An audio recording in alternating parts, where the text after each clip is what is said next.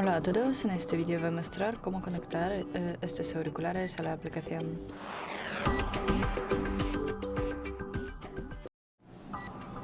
Los auriculares ya deben estar conectados al teléfono y descargamos la aplicación Creative.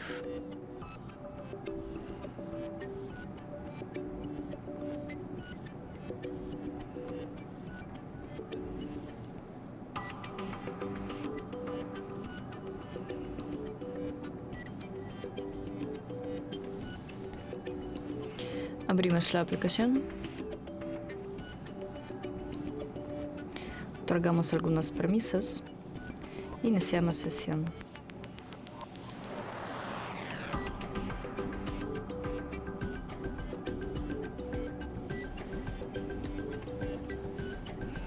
Y seleccionamos los auriculares. Eso es todo. Gracias por ver, denle like y suscríbanse a nuestro canal. Adiós.